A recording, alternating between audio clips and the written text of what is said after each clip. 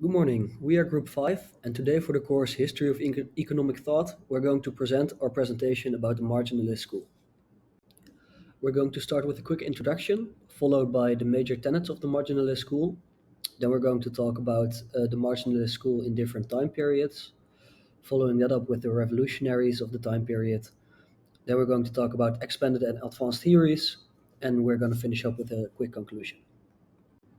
I'll begin with a quick introduction. The Marginalist School began in 1871 with the publication of The Marginal Utility Theory by Jevons and Menger.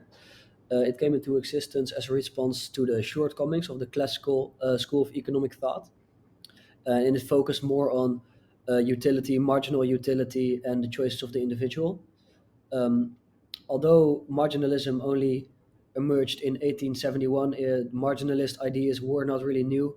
They were also used before by Ricardo, Dupuit, and von Thunen, and it's called the marginalist school of thought because of the main principle, which is diminishing marginal utility. When we compare the classical school and the marginalist school of economic thought, we can see that there's a large number of differences.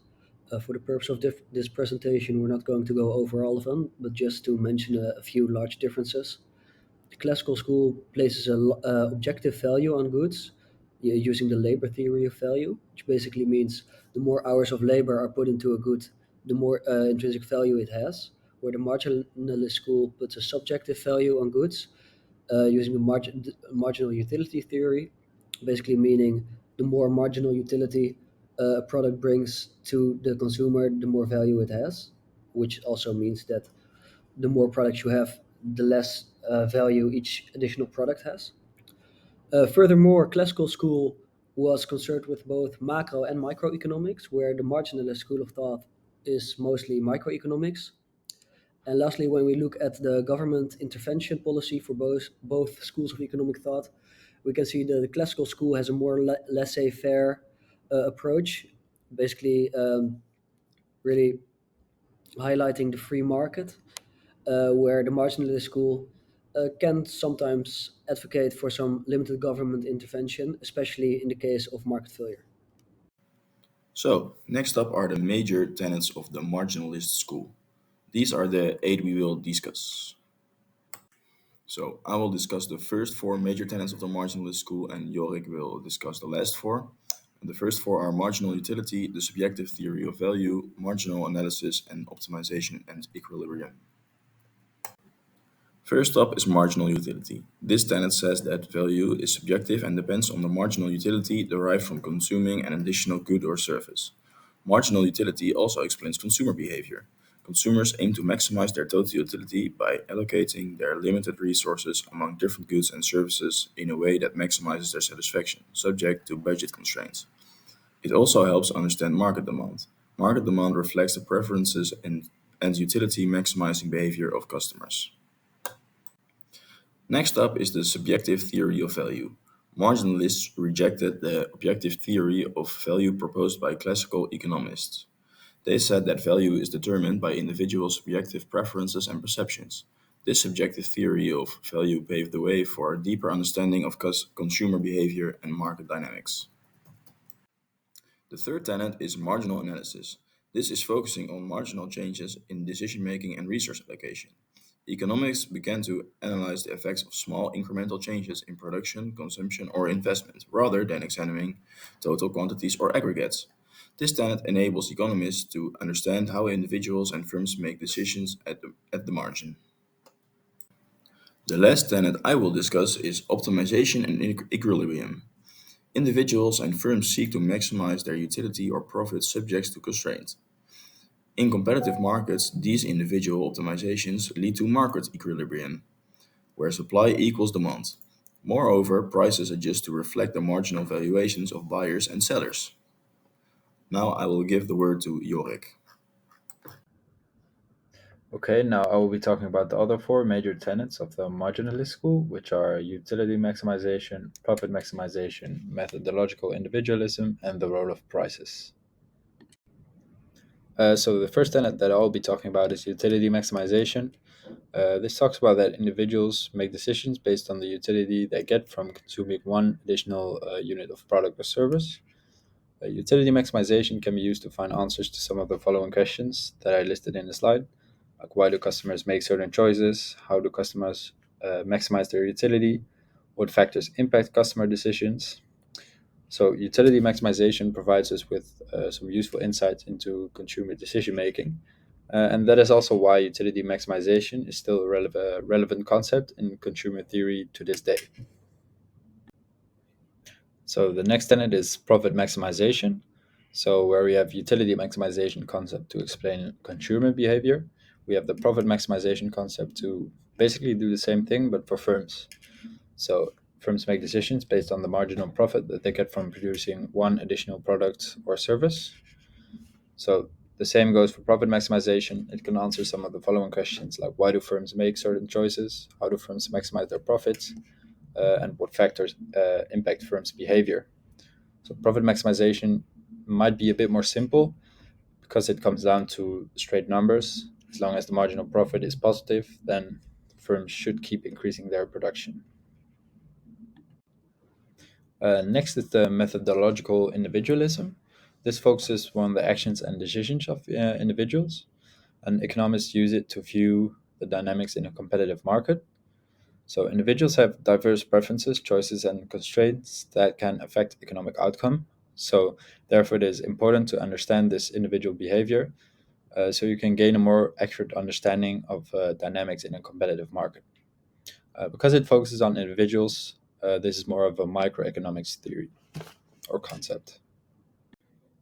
So the last tenet of the marginalist school that we'll be talking about is the role of prices. Of course, prices are actually the most central role in the market equilibrium. And it is important because it reveals information about buyer and seller marginal valuations. So, what does it tell us about this? Well, individuals and producers base their decision making on the marginal cost and benefits. So, the relevant prices will adjust to the point where supply and demand meet, which will be the market equilibrium. Role of prices is an important theory to consider to fully understand how markets efficiently allocate resources. We will learn about an important shift in economy brought about by the marginal school of thought. This thought began in the 19th century, where we meet William Daniels Jones. Jones was a visionary who challenged the classical concept of value by introducing the theory of marginal utility in his seminal work, The Theory of Money. He argued that value is determined not by labor or cost, but by the satisfaction gained from each additional until of consumption. Jones' theory was a foundational stone that paved the way from classical to neoclassical economics. His theory revealed that the value of a cup of coffee lies in the pressure derived from each sip, which diminishes the more you drink. Moving into the early 20th century, the torch of marginalism was passed to brilliant men such as Arthur Marshall. Marshall's principles of economics strengthened not only the bridge between supply and demand, but also his revolutionary concept of equilibrium, forever challenging the way we view market dynamics. Consider the elegance of Marshall's clause, where the supply and demand queries intersect and determine the price is a harmony of theory and empirical evidence that continues to have an impact in our textbooks and the markets today. The marginal school grew repeatedly in the mid-20th century, and Paul Samuelson's book "Foundations of Economic Analysis" is a testament to this period. Samuelson's combination of mathematics and economic theory provided an important framework and microeconomics. His work emphasized how consumers maximize utility, a concept that remains essential in model economy analysis. Hello everyone, my name is Yao Shuyang. My metric number is 209394. Okay, continue my partner's part. I will introduce marginalism. However, marginalism has not dominated without argument. The result of behavioral economics represented by scholars such as Daniel Kahneman and Amos Tversky introduce the complexity of human irrationality into net model of rational decision making. However, the marginal school of thought proved to be stumbling adaptable, embracing this new insight. It expanded this domain to include the study of information asymmetry, as illustrated in George Ackroft's book *The Lemon Market*. It shows that not everything is clear in the marketplace and that sometimes sellers know much more than buyers, thereby disturbing the nature of marginal utility. As we enter the 20th century, the marginal school face a digital frontier here. Economists such as Hale Warren analyze that complicated economics of network.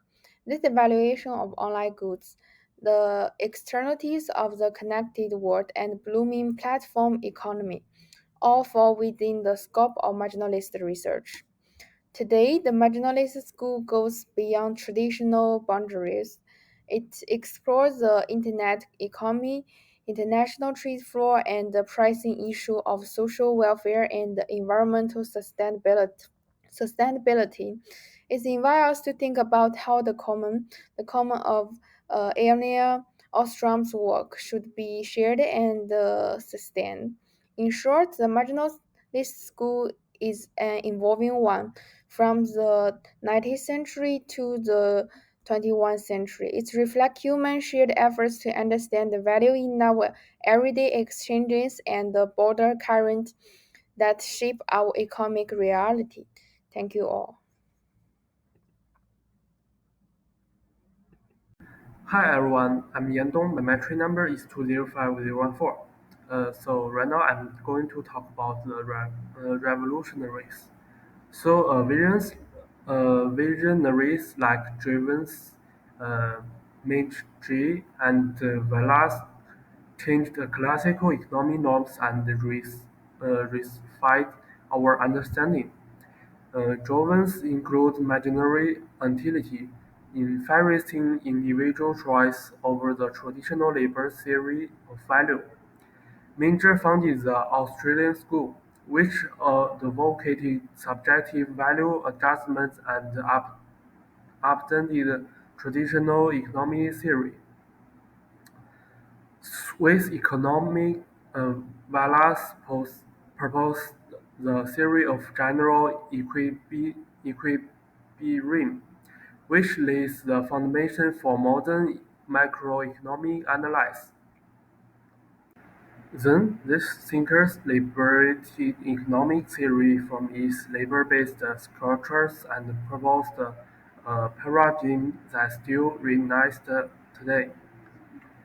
Their emphasis on market equilibrium, individual decision-making, and politicization remains an integral part of contemporary economic thought. So that's all my part. Thank you.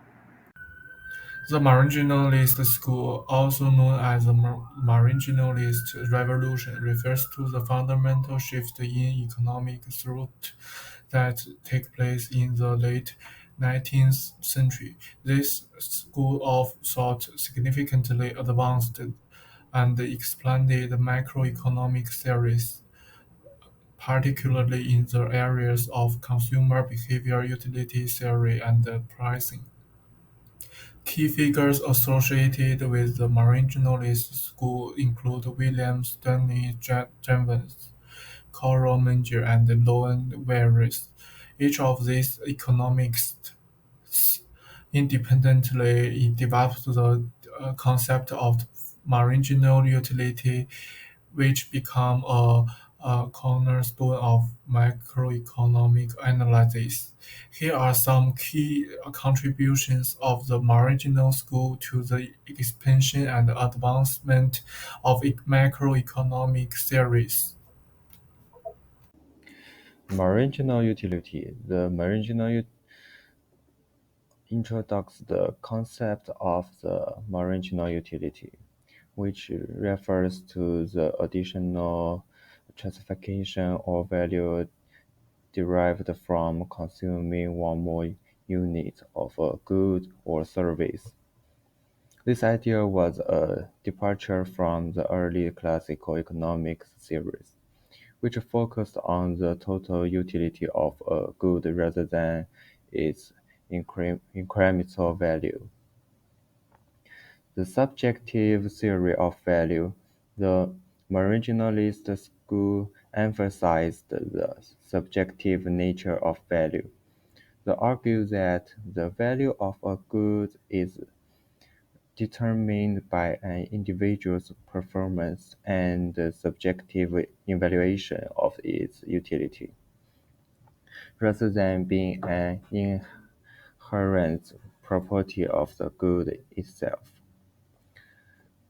Theory of exchange. Marginalist economics contributed to the development of a more sophisticated theory of exchange. They explored how individuals make decisions about consumption and production based on their subjective preference and the marginal utility of good and service. Pricing and equilibrium.